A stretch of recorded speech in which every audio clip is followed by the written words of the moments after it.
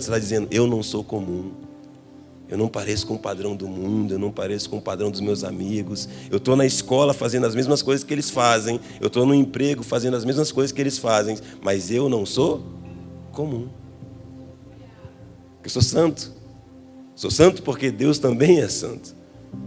Então, se você fica muito comum, muito normal, você perde a sua santidade. Santidade não é só purificação, é também exclusividade. Entenda que você, além de ser puro, você é exclusivo de um Deus. E ser exclusivo quer dizer que você pode usar aquilo somente para um fim. Sabe aquela sua escova que você escova os seus dentes? Se você é casado, tem 2. Se você tem filho, tem 4, 5, 6. Mas a sua é a sua, não é? Ela é exclusiva sua. Ninguém pode escovar os dentes com ela. Ser exclusiva é isso. Ela só pode ser usada por você. Então, se você é exclusivo de Deus, só Deus pode te usar. Ser santo é isso. Então, se você fica muito normal, muito de todo mundo, muito de tudo, não sabe quem te usa, ou quem te toca, ou para onde você vai, de onde você vem, se você não tem uma orientação divina na sua vida, eu quero te falar que você não está sendo santo. E sem santidade é impossível ver a Deus. E se você não vê Deus, você não vai entender o que Ele está fazendo. E se você não entende o que Ele está fazendo, não tem como você participar. Está comigo? Vocês fazem parte de Angola. Pelo menos o que nós estamos fazendo ali no Benfica. Depois segue lá a Lagoinha Benfica. Segue lá o nosso projeto, Iquer, Angola. Hoje já são 600 crianças. 600 crianças, meu irmão. Você pode aplaudir o Senhor Jesus por isso. 600 crianças na África que não vão conhecer a morte. Você sabe o que é isso? Em 2 anos, um trabalho que tem tocado 600 crianças e nenhuma delas morreu até então. E o índice de mortalidade por dia são, a cada 10 crianças, 4 morrem por dia. E das 600 que nós estamos tocando, nenhuma em 2 anos faleceu. A igreja, às 7 da manhã, é invadida de crianças. Eu não sei de onde elas vêm. Nem sei para onde elas vão. Eu nunca lhes convidei. Elas que vêm. Isso desde o início. Ninguém pediu. Nós tínhamos 200 cadeiras e 250 crianças. Elas ficavam no chão. As pessoas reclamavam do cheiro que elas tinham, das doenças de pele que elas tinham. E falavam, pastor Preto Filho, você que está cuidando dessas crianças, o que nós vamos fazer? Eu falei, se vocês quiserem, vão embora, elas ficam. Porque aqui a gente não está... Nós não estamos interessados em fazer nada para ninguém. Estamos interessados em responder à vontade de Deus. E elas entraram sem a gente pedir. Então, para mim, é Deus entrando na igreja. Igreja não é um lugar confortável para você vir frequentar no domingo. Igreja é a missão de Deus na terra. Se você não quiser viver a missão de Deus na terra, pare de vir na igreja. Vá para a igreja católica. Lá é um lugar de frequentar. A igreja evangélica, nem evangélica, porque também se é evangélico, parece que virou uma religião. A igreja de Cristo, a igreja cristã, de um cristão genuíno, ela é a missão de Deus na terra. Pastor Preto Filho, você é missionário porque está na África? Não, eu sou missionário porque eu sou de Cristo. E se você é de Cristo, você é missionário. Porque não é eu que tenho uma missão, Deus tem uma missão. Deus tem uma missão porque talvez sua África seja seu vizinho, está vendo? Sua África talvez seja aquele seu amigo de trabalho, talvez sua África seja seu casamento. Talvez a sua África seja o ministério da igreja onde você serve, o bairro nacional. Talvez a sua África seja uma coisa tão insignificante como foi para Abraão ter um filho. Vocês lembram do ministério poderoso e de grandes manifestações de Abraão? Que foi somente ter um filho. Abraão não escreveu um livro, não abriu uma igreja, não pregou em nenhuma conferência, não viajou para as nações para fazer missões. Ele só teve um filho. Teve 2, mas um Deus aprovou. Ministério relevante não tem a ver com o tamanho do que você faz, mas com o alinhamento do que você faz. Não é sobre o que eu estou fazendo, mas sobre com quem eu estou me alinhando. E o alinhamento é com o céu e não com a vontade dos homens. Está comigo, meu irmão? 600 crianças entram todos os domingos lá no Benfica. Hoje eu não estou lá, mas a equipe estava. E elas entram, sedentas, para ouvir a historinha bíblica. Sedentas para cantar a musiquinha de Jesus. Musiquinha que elas amam, a musiquinha da ovelhinha. E o pastor contou. Porque para elas estão ouvindo todos os domingos. Pode ser 100, pode ser uma. Para o pastor, toda ovelhinha tem valor. E ela sabe que cada uma daquelas 600, elas têm um valor, elas têm um nome. É o Gugu, é a Tílcia, é a Luquenha, é a Vilma. Elas têm nome. É a Maria, é a Joana. Elas têm nome para nós. É a Belinha. Cada uma delas tem valor para nós. E hoje, dessas 600, 80 estão sendo alfabetizadas. 80 crianças que nunca tinham frequentado a escola, de 5 a 14 anos. E também nunca frequentariam, porque elas não têm registro de nascimento. E elas não têm registro de nascimento porque os seus pais não têm registro de nascimento. É comum você encontrar angolanos de 30, 40 anos que nunca se registraram. Ou seja, eles não existem. E eles têm em média 5 filhos, e seus filhos também não existem. Pessoas que vivem sobrevivendo ao longo de uma semana com uma refeição por dia. Uma. Quando consegue fazer essa refeição. Crianças que comem uma vez por dia e não comem o suficiente para matar sua fome. 80 delas estão sendo alfabetizadas, aprendendo a ler, aprendendo a escrever, aprendendo a fazer contas de mais, de menos, de divisão. De 5 a 14 anos. Fazendo consultas médicas para ajudar elas a combater doenças simples e tão pequenas como a malária, que é a maior causa de morte de Angola, mas graças a Deus nós estamos conseguindo combater a malária nas crianças que nós acolhemos. Porque a malária, ela é sim com um potencial de morte muito eminente, muito rápido, mas ela é tão poderosa que ela consegue ser tratada com um comprimido que custa R$20. Olha a facilidade de combater a malária. Mas R$20 para uma família que come uma vez por semana, às vezes 2, 3 vezes, é um dinheiro muito grande.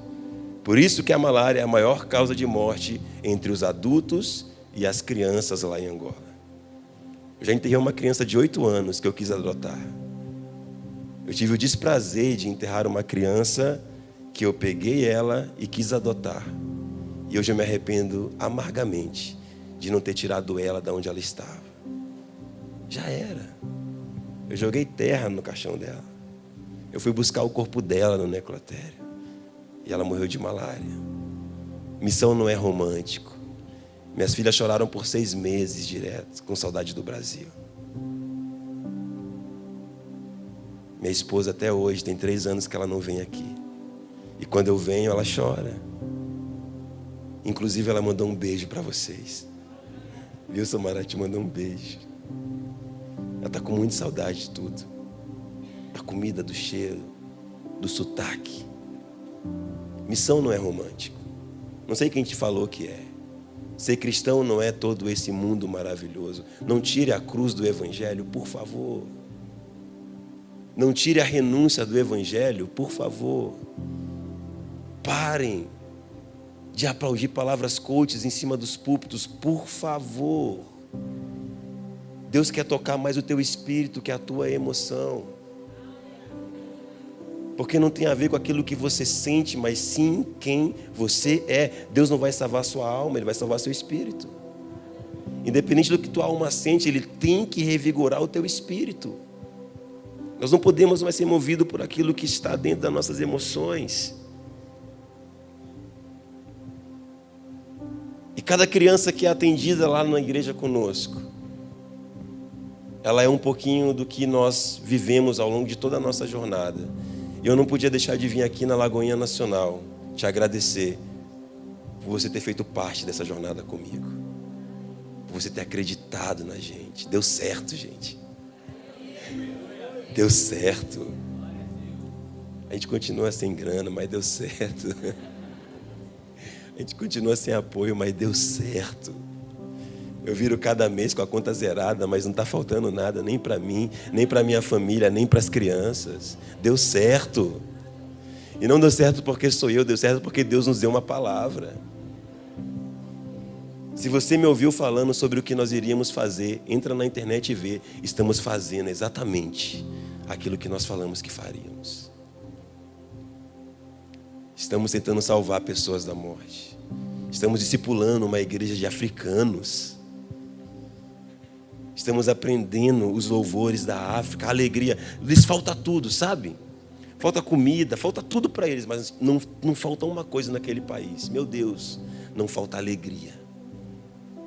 Eles têm uma música que diz: ninguém me tira a alegria de viver.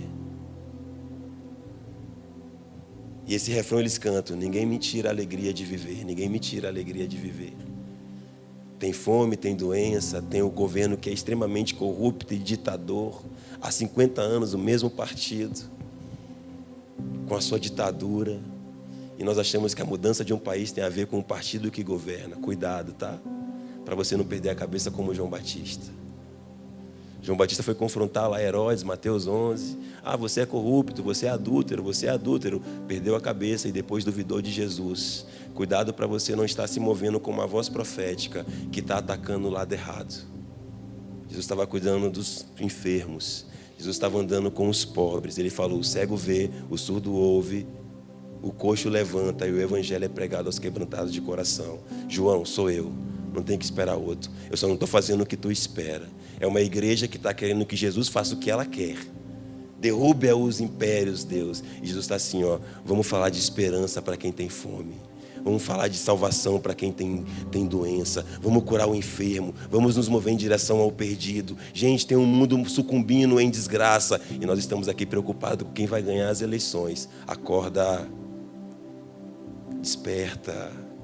Quer fazer campanha? Se filia a um partido e vai militar. Amém? Está comigo? Ser cristão, a militância é no céu e não na terra. Ser cristão, a luta não é contra a carne nem sangue, é contra principado e potestade. Nós não estamos preocupados com quem vai assumir a presidência. Deus fez um avivamento no Egito quando o faraó era rei. Está comigo? O avivamento do Egito, o rei do Egito era faraó. Está comigo? Não era José. Quando veio um avivamento, veio a manifestação de Deus sobre a nação egípcia, o governador do Egito era faraó.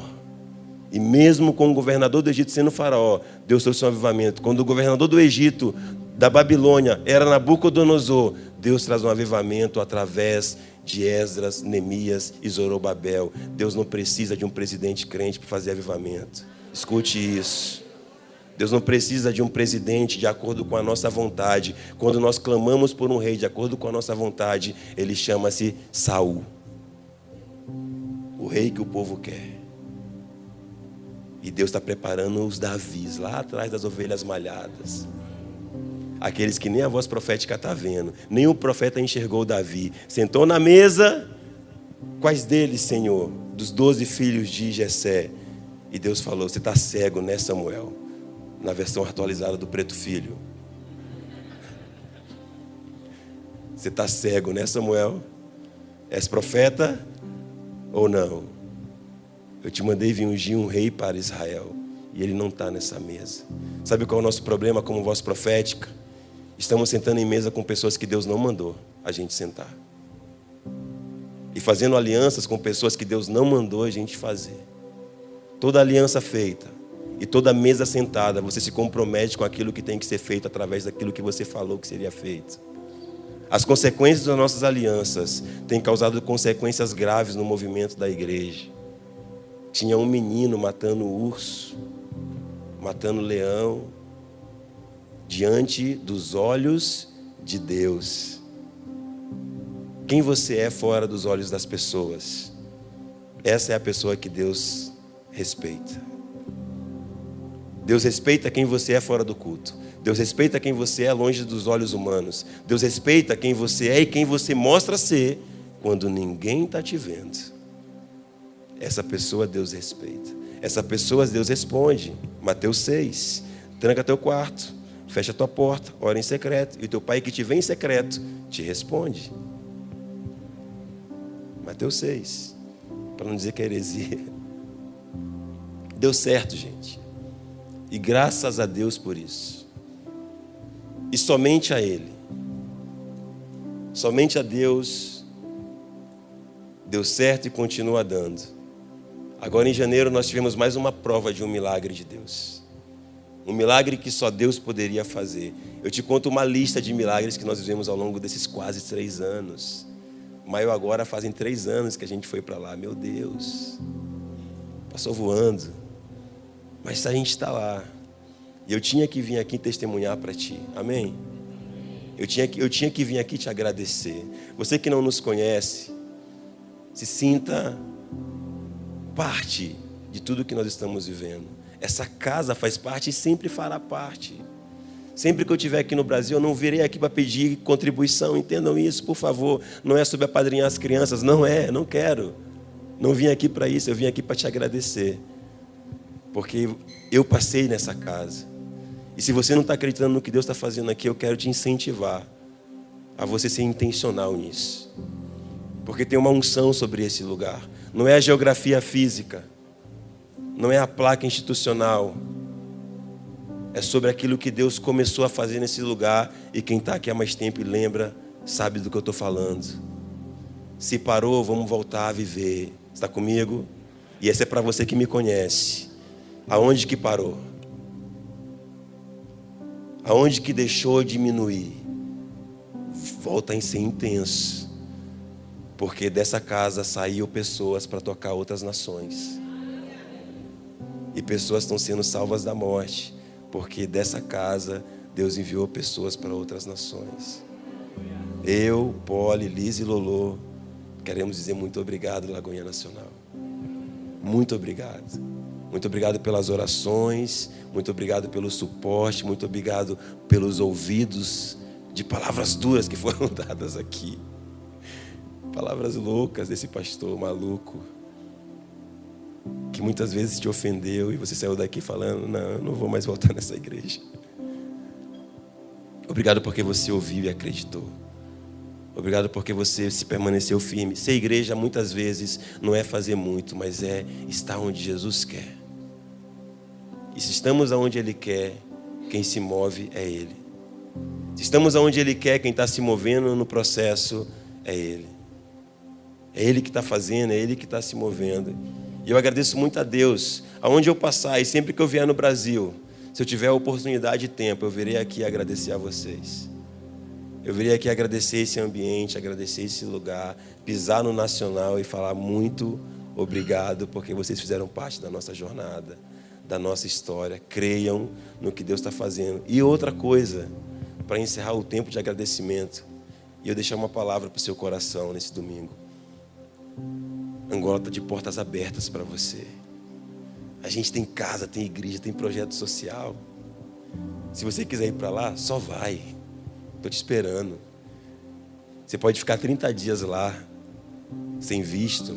Já viu? 30 dias na África, vivendo missões, fazendo imersão nos vilarejos, conhecendo a cultura. Angola é linda. Luanda é linda. E se você tem um chamado missionário, só vai. Tem lugar para te receber. Tem um quarto lá bonito assim, ó, com cama, ar-condicionado. Mete o pé. Eu te pego lá no aeroporto. Prometo, te pego lá no aeroporto. Você vai ficar tranquilo. Te pego no aeroporto, vamos viver todos os dias intensamente. E no final eu te deixo lá no aeroporto para você vir embora. Leva repelente, que lá tem malária. Mas se você pegar rapidinho, a gente trata com comprimido. Ninguém morre de malária lá, não. Quem tem dinheiro não morre, só quem não tem. Amém, queridos? Deus abençoe sua vida e seu coração e o coração dessa casa. Agradece, Valtinho, o pastor Vinícius, por ter aberto. Ana, agradece ele por mim, por favor. Por ter aberto o espaço para a gente estar aqui hoje. Eu venho com um abraço muito fraterno e muito caloroso dos nossos irmãos angolanos lá no Benfica, que falaram, pastor, manda um abraço para o pessoal de lá por nós. Falei com eles hoje, eles mandaram um forte abraço para vocês. Querem muito vos conhecer, querem muito um dia poder estar cultuando junto com vocês. Tem uma igreja lá em Angola que ama essa casa, amém, queridos? Tem uma igreja lá em Angola que ama a Lagoinha Nacional e se sente parte de tudo que Deus está fazendo lá, amém? Vamos para a palavra? Não era a palavra, não. Era só agradecimento. Agora que eu começo. Aperta o cinto aí rapidinho. Não demora. João capítulo 4. Fuso horário, tá? Tô lentinho assim por causa do fuso horário. Lá em Angola já é mais de meia-noite. Então eu tô aqui quase que... Tem hora que o raciocínio para, aí ele volta. Tô igual o carro velho, no frio. João capítulo 4. Abre sua Bíblia. Versículo 4 diz: e era necessário passar pela região de Samaria. Assim Jesus chegou à cidade de Samaria, chamada Sicar, perto das terras de Jacó. Perto da terra que Jacó tinha dado ao seu filho José. E ali tinha o poço de Jacó. Cansado da viagem, Jesus sentou junto ao poço. Junto ao poço estava eu. Né? É esse momento aqui. Você gosta da música, mas vamos entender o texto. Sentou junto ao poço. Era por volta do meio-dia. Nisso veio uma mulher samaritana tirar água e disse a ele: dê-me um pouco de água. E disse-lhe ele: dê-me um pouco de água. Pois seus discípulos tinham ido à cidade comprar alimentos. Então a mulher samaritana perguntou a Jesus: como que, sendo você um judeu, pede água a mim que sou samaritana? E ela disse isso porque os judeus não se davam com os samaritanos. Então Jesus lhe responde: se você conhecesse o dom de Deus e quem está a lhe pedir água para beber, você pediria e eu lhe daria água viva. Ao que a mulher respondeu: o senhor não tem nem balde e o poço é fundo. De onde vai conseguir essa água viva? Por acaso o Senhor é maior do que Jacó, o nosso pai, que nos deu esse poço do qual ele mesmo bebeu, assim como os seus filhos e o seu gado? Jesus então, porém, respondeu: quem beber dessas águas voltará a ter sede, mas aquele que beber da água que eu lhe der nunca mais terá sede. Pelo contrário, a água que eu lhe der será nele uma fonte que jorra água para a vida eterna. A mulher disse: Senhor, quero que me dê essa água para que eu não mais tenha sede e nem precise vir buscá-la aqui.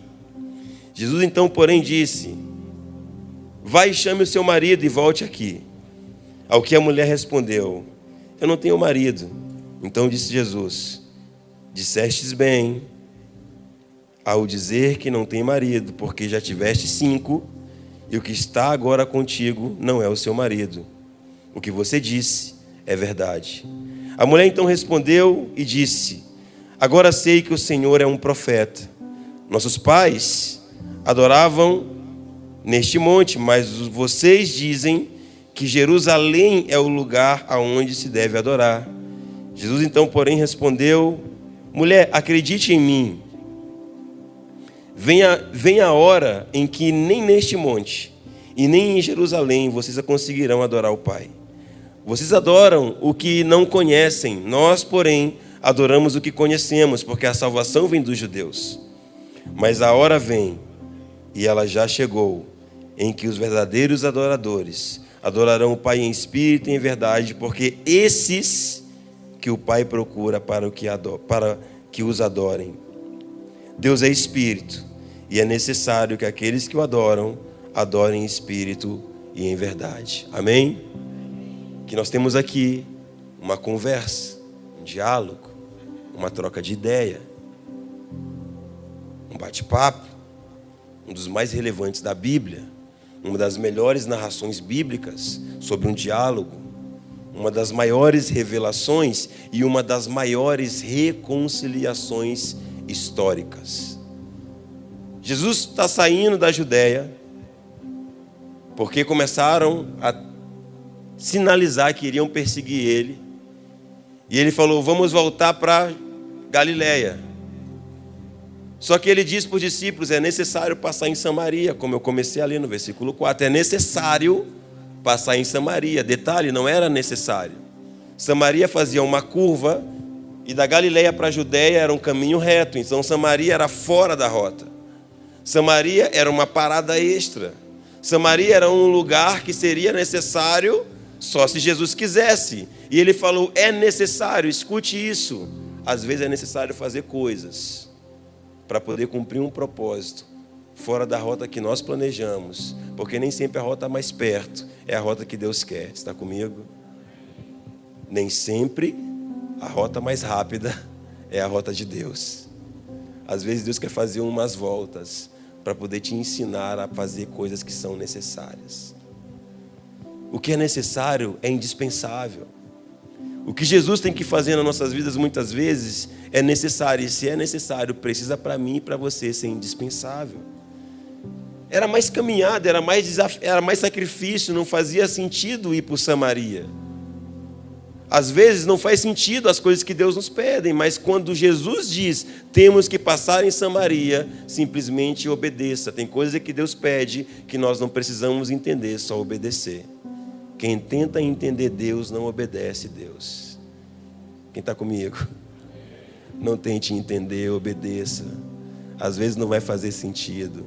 Você carrega uma Bíblia que fala que você tem que esperar por coisas que você não enxerga.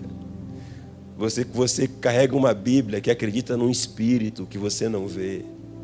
Esse próprio texto que lemos fala que Deus é espírito. Então essa Bíblia que você carrega diz que você adora um espírito que você não enxerga. Olha que loucura. Já viu isso? Se você não usar o nome Deus e usar o nome Espírito, ó Espírito, eu te louvo. Ó Espírito, eu te adoro. Não ficaria estranho? Não ficaria estranho? A Bíblia que você carrega fala que você adora um espírito invisível, que você não vê. Para você poder adorá-lo, você precisa de fé. Isso não faz sentido. Nem tudo que não faz sentido quer dizer que não é real. Então, por isso que é importante você não, muitas vezes, esperar que Deus te dê coisas que faz sentido. Obedeça, ainda que não faça sentido, porque vai fazer sentido lá na frente.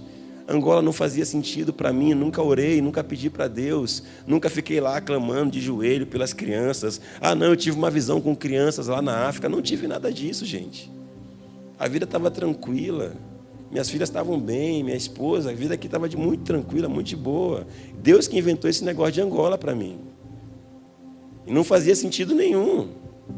E lá, hoje eu entendo que se nós não estivéssemos lá, eram menos 600 crianças morrendo de fome naquele país. Eu sei que são só 600 perto de uma multidão de crianças, mas na minha visão é menos 600 crianças na linha da morte. Então era extremamente necessário estar lá, mas para mim não fazia sentido. Então eu tive que obedecer sem entender. Quem está comigo? Ainda que você não entenda, obedeça, porque às vezes é necessário. E Jesus disse, é necessário, vamos para Samaria. Ele chega, senta no poço. Junto ao poço estava eu.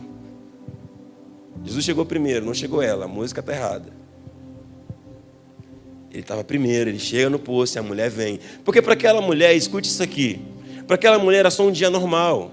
Para aquela mulher era só uma rotina. Para aquela mulher era só um ordinário. Para aquela mulher é só uma segunda-feira, é só um amanhã você acordando cedo para ir para o trabalho. Vamos mudar o culto para 18, porque a gente tem mais tempo para acordar cedo, dormir, né? Mais cedo, porque segunda-feira começa a minha rotina, mais um dia normal. Para aquela mulher era só mais o mesmo balde, o mesmo poço, o mesmo caminho. Que está comigo? Era a mesma coisa. Uma segunda-feira rotineira. Para ela era mais um dia normal de ela descer para o poço de Jacó e buscar água. Só que quando Jesus está no ambiente, dias normais se tornam dias extraordinários. As maiores revelações de Deus não vai vir nos cultos em lugares extraordinários, que você sai da rotina para visitar. Na maioria das vezes, Ele quer te encontrar no ordinário.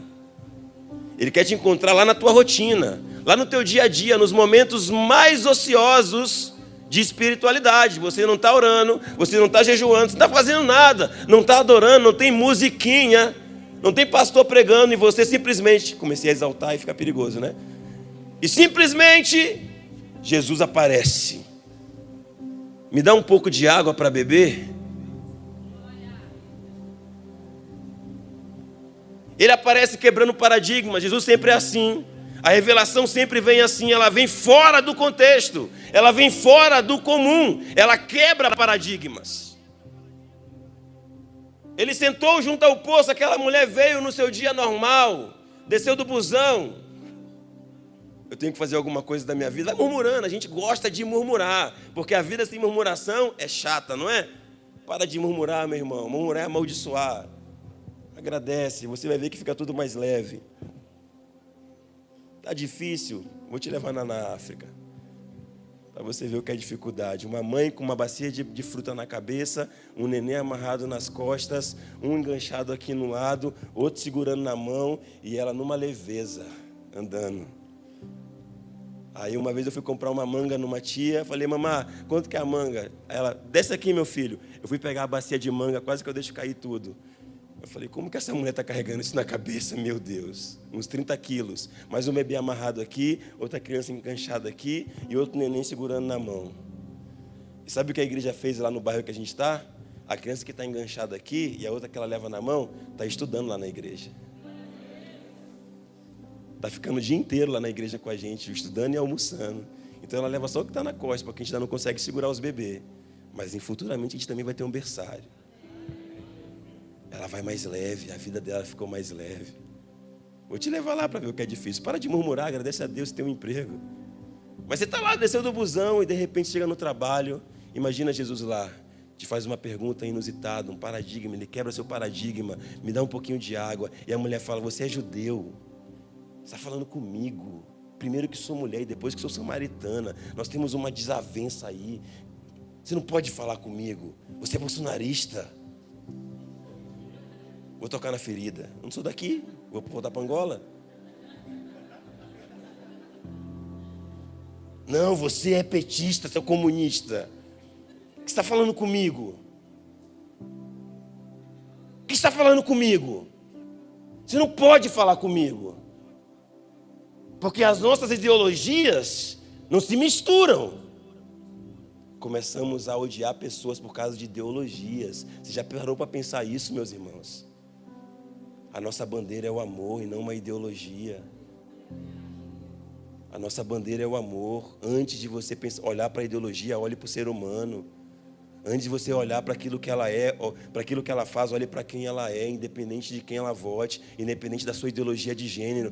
Por favor, igreja, volte a amar as pessoas. Vamos parar de julgar e vamos voltar a amar, por favor. Como que você está falando comigo porque eu sou samaritano? E se você não sabe, essa treta era histórica, tinha mais de 200 anos. Desde a época de Jeroboão. Jeroboão, Deus levanta profeta novo, levanta Neemias, depois vem Acabe, Jezabel, uma confusão inteira que se resolve nessa conversa. O problema de Jezabel se resolve nessa conversa, numa conversa rotineira de um dia normal. Jesus é especialista em tornar dias normais em momentos extraordinários. É a especialidade dele.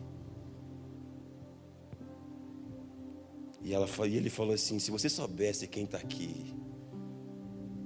Às vezes eu acho que nós como igreja somos assim. A gente está lá trocando ideia com Jesus e ele está pedindo as coisas e a gente fala assim, você por acaso é maior que Jacó? Eu confio mais no meu salário, pastor. Se eu não trabalhar, eu não como. Nem só de pão viverá o homem. Se confia na Bíblia para você ver. Eu tenho 2 filhas lá na África e não tenho salário fixo. Nunca passei fome. Nem só de pão viverá o homem, mas toda a palavra que sai da boca de Deus. Confia na Bíblia, você vai ver a resposta do que ela fala.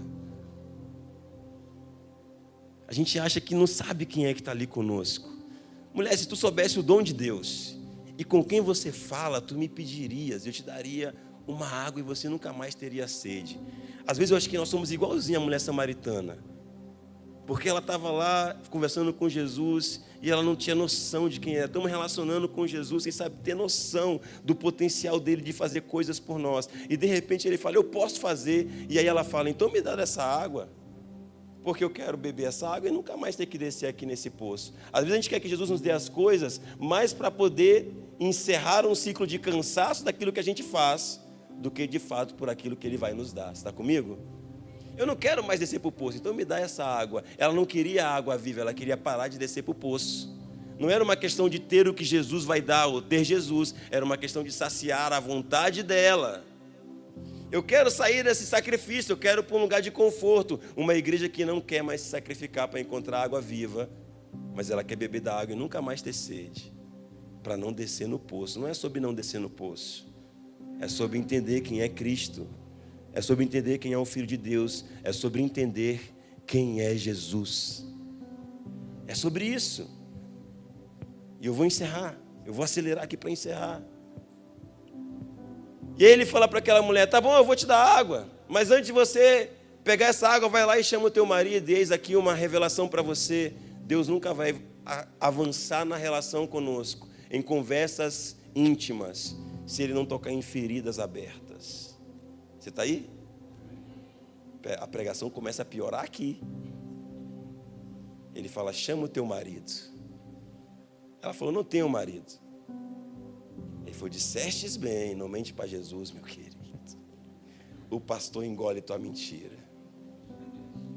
Os irmãos engolem sua mentira. Omitir é mentir. Quando você omite, você mente. Quando você omite, você esconde. Quando você esconde, você vai para as trevas. Quando você vai para as trevas, sabe quem está lá? Satanás. O pastor engole sua mentira, seus irmãos de igreja engolem sua mentira, sua família engole sua mentira. Jesus não engole. Chama o teu marido. Ela falou: eu não tenho marido. Ele falou: dissestes bem, você não mentiu, mas omitiu. Tiveste 5. E o atual agora nem marido é. Ferida. Tem uma zona aí escura, hein? Vamos puxar essa gaveta agora para a gente conversar sobre esse assunto. E essa vida conjugal, como é que está? Está tranquila, Jesus? Não está, não. 5 já tiveste e o que está agora nem é seu.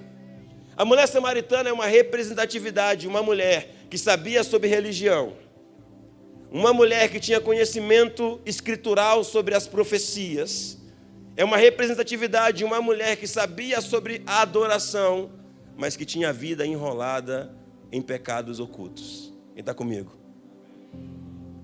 O dia daquela mulher não continuaria sendo extraordinário se Jesus não revelasse e jogasse para cima seu pecado oculto. Ele falou: chama o teu marido para ele vir pegar água com você. Ela falou: não, eu não tenho nenhum marido. E depois que ele revela, ela fala o seguinte: agora vi que você é um profeta. E ela muda o discurso para a religiosidade. Então me diz uma coisa: se você é um profeta, o seu povo diz que tem que adorar em Jerusalém, o meu povo diz que temos que adorar em Samaria. Aonde que é o lugar de adoração? E aqui tem uma chave para você, para esse tempo. Porque nós achamos que o lugar de buscar a Deus é aqui, nessa geografia, nessas paredes. E aquela mulher fala: é no monte em Samaria ou no monte em Jerusalém, profeta? Agora que você abriu minha vida, vamos ficar abertos também. Vocês acham que estão certos e nós achamos que estamos certos. Quem está certo? Direita ou esquerda? Estou chato com isso, desculpa. Quem está certo? Por favor, me explica. É Samaria? Ou é Jerusalém? É o bloco de cá? Ou é o bloco de lá? Nós achamos que estamos certos, mas quem fala é vocês. E aí Jesus falou assim: vocês adoram o que não conhecem. Nós adoramos o que conhecemos, e a salvação vem dos judeus. Porém, a hora vem, e ela já chegou, escute isso, em que os verdadeiros adoradores não adorarão de Samaria, não adorarão de Jerusalém, não será de um lugar ou não será de outro, porque não será mais o que você faz de certo ou o que você faz de errado. A adoração não será mais uma coisa que você faz, mas um tipo de pessoa que você se torna. Quem está comigo? A hora vem, e ela já chegou, está no texto, mas a hora vem e ela já chegou, que os verdadeiros adoradores adorarão ao Pai em espírito. Sabe o que é adorar em espírito? É você adorar mesmo sem sentir. É você entender que diante de você existe uma realidade que você precisa se render, mesmo sem emoções. Nós ficamos sensoriais na adoração. É o ministro de louvor ficando rouco, aqui cantando para poder fazer a igreja virar. Ficando rouco, cantando. Não, hoje o louvor não foi bom. Lá em Angola fala cuiar, quando é bom, quando é top. Hoje cuiou. Não, hoje não cuiou. Angola fala assim, estranho, né? É assim, cuiou bué é tipo muito bom. É o pastor tentando trazer revelação e ir atrás de revelação, palavras emocionais para ver se alimenta o desejo da carne. Porque eu preciso sentir alguma coisa. Eu não posso voltar para casa como eu entrei. Fiquei sensorial. A adoração, ela ficou totalmente ligada às minhas emoções. Se eu sinto, foi bom. Se eu não sinto, não foi bom. Querido, Jesus adorou no Getsemane. Jesus adorou no seu pior momento, na sua pior condição. Na cruz ele falou, Pai meu, em tuas mãos. Ele adorou na cruz. Ele não estava sentindo friozinho, arrepio. Ai, glória a Deus, aleluia. Não, o pau estava quebrando. O soldado batendo e ele falou, perdoa eles, Pai. Eles não adorou. A adoração não é uma realidade humana, a adoração não é uma realidade carnal, não é o que você sente, é um tipo de realidade que está dentro de você, o seu espírito. E aí Romanos vai dizer que o Espírito de Deus intercede pelo nosso espírito. Já viu isso? Romanos 8, o Espírito de Deus intercede pelo nosso espírito com gemidos inexprimíveis. A palavra interceder ali é a palavra uperutiugano no grego, que quer dizer arrancar das entranhas e elevar num lugar alto. Isso é adoração. É quando mesmo sem sentir, existe uma força espiritual tirando de dentro de mim uma realidade que está lá dentro e levando até o Pai, um clamor. Nós chamamos isso de clamor. Eu estou clamando, estou com dor ou estou feliz, eu estou clamando. Dentro de mim existe um desejo de clamar, porque senão, meu irmão, você só vai ser adorador quando tudo estiver bem, e quando tudo estiver mal, a adoração vai fugir da sua vida. Ele falou, a hora vem onde a adoração não será mais o que você faz. Deus não está atrás de adoração, Deus está atrás de adoradores. Não é mais o que nós fazemos, a música que cantamos, mas é quem somos. Por que estamos vivendo tantos escândalos no Brasil? Nós estamos, mesmo eu não estando no Brasil, porque na hora que um pastor cai, todos caem. Ou você acha que você como cristão não é também mencionado na queda de um cristão? Sim, o reino perde, a igreja perde, Jesus perde, queridos. A Bíblia diz, tome cuidado com o testemunho de vocês, porque existe uma nuvem de testemunhas à volta de vocês. Abram mão de todo o embaraço, não é isso? Nós não nos preocupamos mais com o testemunho. Queremos provas. Tem coisa que não precisa de prova na igreja, que já dá mau testemunho, só de você ser visto lá. Você não estava fazendo nada. É por isso que a gente não vai na boate, meu irmão. Porque até você provar que foi lá evangelizar, vai dar um problemão. Não, pastor, eu fui lá evangelizar. Quem garante?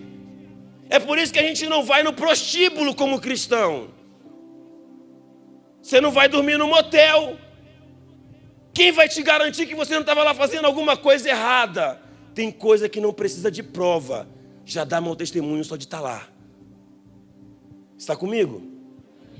Você está comigo? Temos que voltar a ser o povo que se preocupa com o testemunho de Jesus em nós. E largar alguns embaraços, meus irmãos. Temos que voltar a ser esse povo, que é um povo espiritual. Por isso tanto escândalo, porque nós nos iludimos com a adoração. Adoração é o que os homens fazem, adorador são quem os homens são. Estamos impressionados com a adoração e não nos preocupamos com os adoradores. Dá para falsificar a adoração, porque Jesus disse que os verdadeiros adoradores, se ele está falando verdadeiros, é porque existiriam falsos adoradores. E sabe como é que você identifica o falso? Não é estudando sobre os falsos, não é condenando os falsos, é sendo especialista no que é verdadeiro.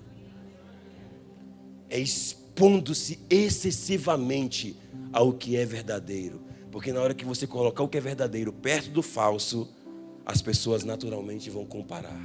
Aquilo é falso. Eu nunca tinha percebido. É tão parecido, mas agora que eu vi o verdadeiro, eu vi que aquilo é falso. E se é falso, eu vou denunciar. Gente, isso é falso. Não ouve, não pega, não toca, não bebe, é falso. Porque se você se cala, você está sendo conivente com o pecado. Se Deus te mostrou que é falso, se Deus te mostrou que é fake, se Deus te mostrou que é simulado, denuncia como profeta. Para que as pessoas não caiam mais na ilusão. Você, quem já me conhece, já sabe. Depois reclama com o pastor Vinícius. Que Deus nos ajude a sermos adoradores espirituais. E por fim, de verdade, adoradores em espírito e em verdade. Qual é a verdade da mulher samaritana? É aquela mulher que queria saber sobre adoração? Era uma mulher que entendia sobre profecia? Você, olha, veja que é um profeta de Deus, aleluia. Era aquela mulher que tinha conversa espiritual, não. A verdade dela era, chama o teu marido. Eu tenho que botar para fora a tua verdade. Jesus não tem problema com a tua verdade. Ele tem problema com a tua mentira. Jesus não tem problema com a nossa verdade. Os homens têm, os pastores têm. Os irmãos da igreja têm, porque acham que a igreja é um ambiente de anjo, né? Ninguém peca, ninguém erra, ninguém faz fofoca, ninguém odeia os seus irmãos. Aqui é o céu. Céu da boca da onça.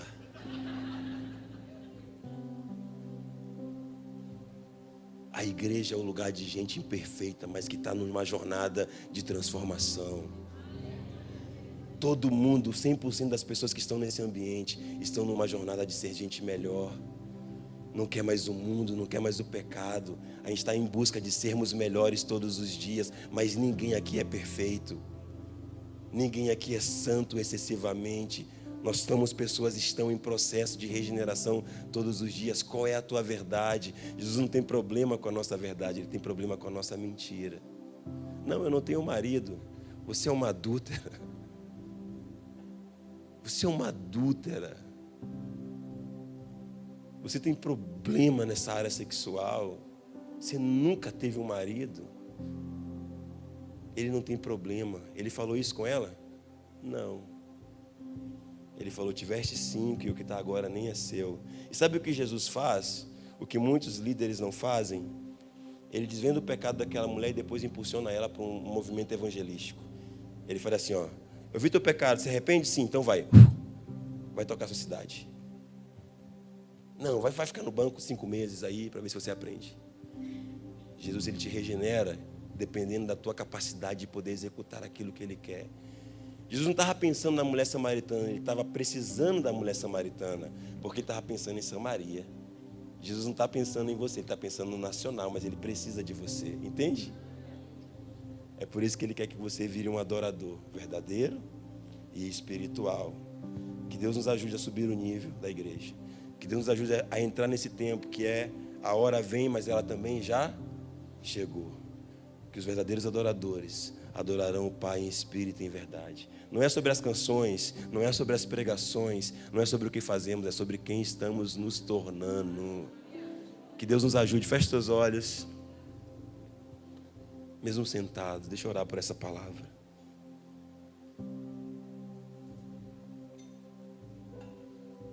Pai, obrigado porque o Senhor me deu o privilégio de estar aqui com esses meus irmãos que eu tanto amo, que eu tanto respeito, Senhor. Esse ambiente, esse lugar, a vida e a jornada de cada um deles.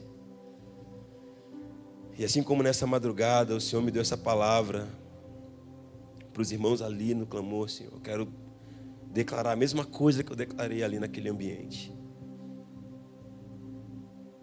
Que o Senhor levante pessoas para tocar cidades, para tocar regiões, para tocar vidas. Que o Senhor levante homens e mulheres, independente da sua condição. Não é o tamanho da sua tragédia, não é o tamanho do teu pecado, não é a complexidade da tua vida. Escute, é o encontro com Jesus em um dia comum, que pode mudar toda a tua história. Eu oro para que nessa noite, em nome de Jesus, você vá para sua casa e viva a sua rotina, mas que no meio dela Jesus te encontre, tomando banho, dirigindo o carro, cumprindo sua atividade no trabalho, estudando. Eu oro para que o Espírito Santo te toque profundamente. Porque é tudo que nós como igreja estamos precisando nesses dias, um toque profundo do Espírito Santo. Nós não precisamos mais de palavras impactantes, precisamos de um toque profundo do Espírito Santo de Deus nos nossos corações, assim como Jesus encontrou aquela mulher no poço de Jacó. Aquela mulher teve que descer e Jesus também teve que ir até lá. Eu oro para que haja um deslocamento espiritual na sua vida, meu irmão. Desce para o poço de Jacó. Pega seu balde, amanhã você vai trabalhar, vai cumprir sua rotina, mas vai esperando Jesus estar lá onde você vai chegar. Eu quero te abençoar para que você consiga ter esse encontro com essa revelação. Por mais que ela te exponha, é ruim ser exposto. É ruim ser colocado em um lugar onde aquilo que está dentro de mim é colocado para fora de novo. Às vezes achamos que estamos bem e na verdade Jesus vem e fala assim: esse não está bem, vamos resolver isso aí. Talvez Jesus quer resolver algumas coisas que estão pendentes. Deixa Ele resolver, deixa Ele te expor. Tinha Samaria para poder ser resgatada. Aquela mulher, depois que ela é tocada por Jesus, depois que ela é curada por Jesus, em uma conversa, tá? Não era uma conferência. Ele não impôs a mão nela, ele não orou em línguas, ele não falou assim diz o Senhor. Era uma conversa tranquila, uma troca de ideia. Aquela mulher foi profundamente tocada numa conversa dentro de uma rotina. Eu oro para que o Espírito Santo seja o seu amigo. Enquanto você dirige, Ele vai conversando com você sobre as coisas que têm a ver com a tua vida e a tua história. Eu oro para que amanhã, quando você acordar para a tua atividade laboral, o Senhor comece a falar contigo, que o Espírito Santo comece a conversar com você. Coisas que parecem aleatórias, mas Ele já tem um propósito de chegar em uma finalidade que tem a ver com aquilo que Deus quer fazer através de você. Tem lugares que Deus vai tocar somente se Ele fizer uma obra em você, querido. A região onde eu estou hoje talvez não seria tocada se eu não estivesse lá agora. Hoje pela manhã foram 600 crianças porque nós estamos lá. Alimentadas, amadas, oramos por elas. Entenda, tem uma obra necessária para ser feita através de você. Eu oro para que não seja a África, porque você vai morrer muito. Mas pode ser o teu vizinho, pode ser a tua casa, pode ser o teu marido, pode ser o teu pai, tua mãe, teu irmão. Tem uma obra para Deus fazer através de você, mas ela não vai acontecer se Ele não fizer a obra em você. Por isso eu oro para que esse homem que estava no poço, com aquela mulher samaritana, quebrando paradigmas, conversando sobre religião, sobre vida pessoal, sobre o pecado, e impulsionou aquela mulher para tocar uma cidade. Levante suas mãos. Eu te abençoo para que nessa estação da sua vida, o Espírito Santo te toque profundamente, para que você possa tocar cidades, regiões, bairros, pessoas, lugares aonde somente você consegue entrar, somente você consegue acessar, e não serão suas palavras, será o seu testemunho, não será aquilo que você vai falar, mas será quem você se tornou. Será nítido para as pessoas que você é alguém diferente, será nítido para elas que você mudou. Elas verão você falando e ela vai falar: alguma coisa aconteceu aí, e você vai dizer: eu desci no poço e encontrei alguém. Eu desci no poço, encontrei alguém. Vamos comigo. Eles perguntaram: quem você encontrou? Vamos lá ver, que eu não consigo explicar. Espírito Santo de Deus, toca os meus irmãos nesse tempo, Senhor, nessa estação deles, Senhor, para que eles conduzam pessoas até esse homem que é cheio de amor e misericórdia, que não julga o pecador, que ama o pecador, mas que condena o seu pecado. Ele arranca o pecado do pecador e leva o pecado dele sobre si e nos purifica. Espírito Santo, que possa jorrar de nós essa água viva que Ele está oferecendo, que não é água e nem balde.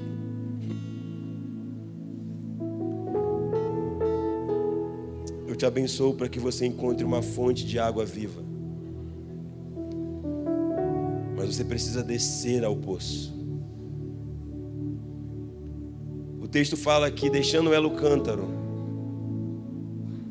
Duas coisas que o Espírito me fala.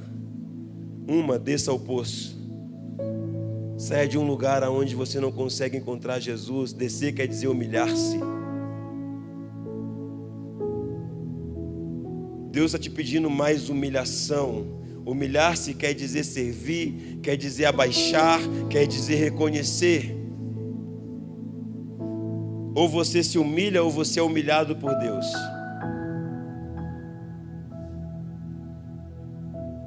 Abra mão do seu orgulho, abra mão da sua soberba, abra mão das suas ofensas, se humilhe. O Espírito está falando para alguns de vocês, chegou o tempo de se humilhar. Chegou o tempo de pedir perdão para quem você tem alguma ofensa. Essa ofensa te parou aonde você se ofendeu. Desce ao poço. Chegou o tempo de abrir mão e conversar sobre coisas ocultas. Chegou o tempo, meu irmão. E a segunda coisa que o Espírito me fala é deixar o cântaro. O cântaro era a única forma de pegar água. É o método, é o modelo, é a tradição, é a religião. Jesus falou para ela, eu vou te dar de beber de uma água viva. E ela falou, você não tem cântaro. Como que você vai fazer isso? Você não tem balde. Abre mão de como você sabe fazer as coisas. Está tudo mudando, querido. Nós estamos em uma grande transição profética. O mundo inteiro. Poucas pessoas estão percebendo, mas está tudo mudando.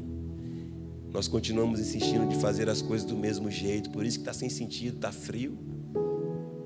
Está sem vontade de vir fazer, porque está tudo mudando. Deus já mudou. Deixa o cântaro. Tenha coragem de deixar o cântaro. Porque tem água de um outro jeito. Se você deixar o cântaro, você vai viver um novo tempo de revelações que você nunca viveu. Você vai comunicar às pessoas coisas que você nunca ouviu, que elas nunca ouviram, que elas nunca viram através da sua vida. Então eu te abençoo, para que Cristo seja a força que move a tua vida, em nome do Senhor Jesus. Amém. Amém. Você pode aplaudir o Senhor.